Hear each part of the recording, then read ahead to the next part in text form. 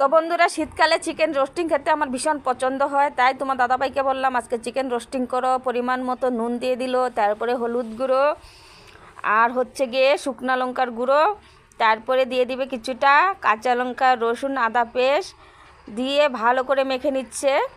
তো একটু ঝালঝালি ভালো লাগে চিকেন রোস্টিংটা। তারপরে দিয়ে দিচ্ছে সরষের তেল, দিয়ে সুন্দর করে ম্যারিনেট করে রেখে দিবে 1 থেকে 1.5 ঘন্টার মতন।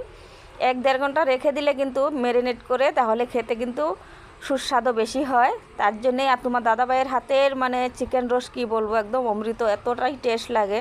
তারপরে যে নেট বসিয়ে কয়লার আগুনে এক এক করে চিকেনগুলো দিয়ে দিচ্ছে। আর চিকেনগুলো সাইজ দেখো, পাতলা পাতলা লম্বা লম্বা কেটে নিয়েছে।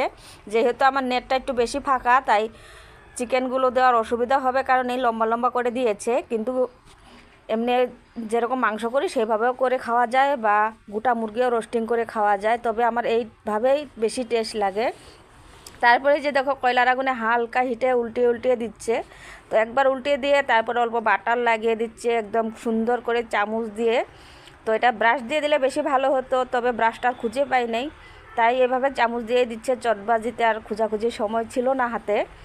তো খুব সুন্দর করে কিন্তু রোস্টিংটা করছে। আর এই রোস্টিং শীতকালে অবশ্যই একবার করে খেয়ে দেখো, ভীষণ ভালো লাগে। যারা না খাও, না পছন্দ হয়, তো একবার খেয়ে দেখো, ভালো লাগবে। তারপরে থেকে মন চাবে মাংস ছেড়ে চিকেনটাকে শুধু রোস্টিং করেই খাই। তা উল্টিয়ে পাল্টিয়ে নামিয়ে নিচ্ছে, দেখো একদম লাল লাল হয়ে গেছে, একদম মুচমুচে, যেরকম আমরা কড়াইতে ভাজা করলে যেরকম হয় সেরকমটাই হয়েছে, কিন্তু অনেকটা সফট হয়েছে। তার মধ্যে